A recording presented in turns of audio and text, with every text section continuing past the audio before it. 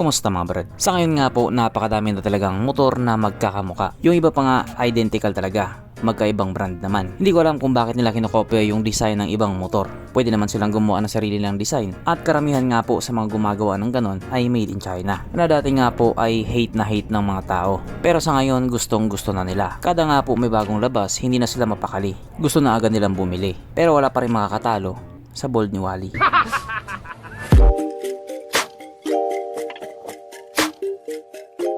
Pero syempre bago tayo magpatuloy, kung bago ka pa lamang napadpad dito sa aking walang kwentang channel, huwag ka na mag-subscribe. So yun na nga, meron naman pong isang scooter na inspired nga po yung pagmumuka sa Yamaha Aerox. At hindi po yan bago sapagkat napakadami na po nila. At isa nga lang po ang malino dito, napakagwapo ng Aerox. Kasi nga diba, ang daming gumagaya sa kanya. Hindi naman siguro gagayahin yan kung walang tira yan. At ito na nga po yung motor na tinutukoy ko, ang Kiwi BX 200i. So anong tingin pa lang makikita mo na agad yung pagiging Aerox niya. Oo, hindi 100%, siguro mga 70%. In fairness nga po dito sa motor na ito, gwapo din siya. At bukod pa nga po dun, kargado din siya ng pangmalakasang mga features. Ganon nga po yung ginagawa ng iba. Kukopyahin nila yung muka ng isang brand tapos hihigitan nila pagdating sa specs at mga features. Ang malupit pa dun, ibibenta nila ng mas mura. Kaya tuloy yung mga pinagkopyahan, gustong magmura. Kaya dahil dyan, pag-usapan na naman natin kung ano bang meron sa motor na ito at kung gaano nga ba talaga siya kaganda. So ito nga po ang Kiwi BX 200i na mayroong 174 cubic centimeter engine displacement, 4-stroke single cylinder, single overhead cam with 4 valves, fuel injected at ito po ay naka-liquid cool. Kaya hindi po siya panis sa Honda Click 125. Ang kanyang operation ratio 11.5:1. Pagdating naman po sa kanyang power, ito po ay merong 18.2 horsepower, 8,500 RPM, 17.2 Nm torque at 6,500 RPM. At dahil nga po kadalabas pa lamang sa motor na ito, wala pa tayong idea pagdating sa kanyang top speed. Pero panigurado hindi rin magpapaulito. Ang kanyang tangke ay kayang magkarga ng 11 liters fuel ng capacity at wala din po tayong idea pagdating sa kanyang fuel consumption. Ang sukat ng kanyang gulong 100/80/14 sa harap at 120/70/40 naman sa likuran. Pagdating naman po sa kanyang braking system, ito po ay naka-disc brake sa harap at disc brake din po sa likuran.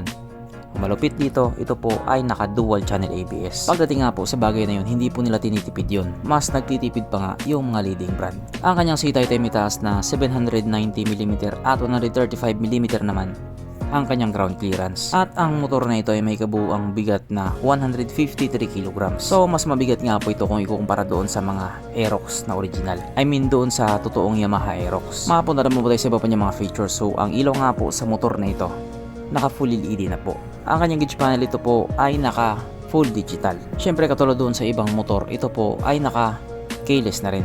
Naka smart key na po siya. At hindi nga din po mawawala sa motor na ito ang kanyang USB charging port, na para kahit saan ka nga po magpunta, hindi ka na mangangamba na baka malobat yung cellphone mo kasi nga manonood ka pa ng Pornhub.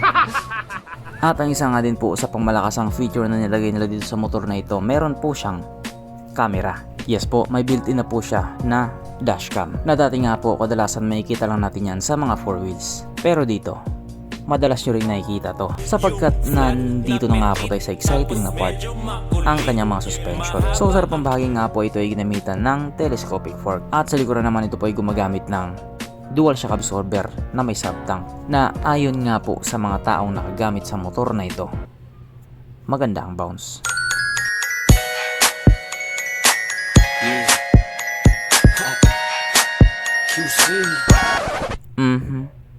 Panigurado, wala na namang nalungkot.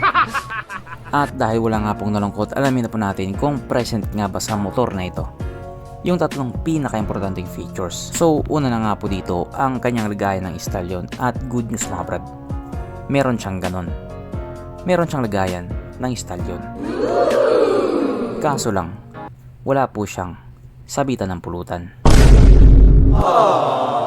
At oras na nga po para sa ating red horse check, ang pinaka-importanting feature sa isang motor. At ayon nga po sa aking masusing pag-aanalisa, ang motor na ito ay kayang magkarga ng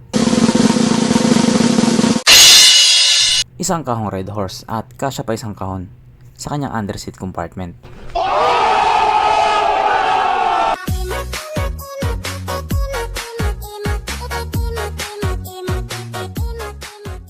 So therefore ang motor na ito ay recommended.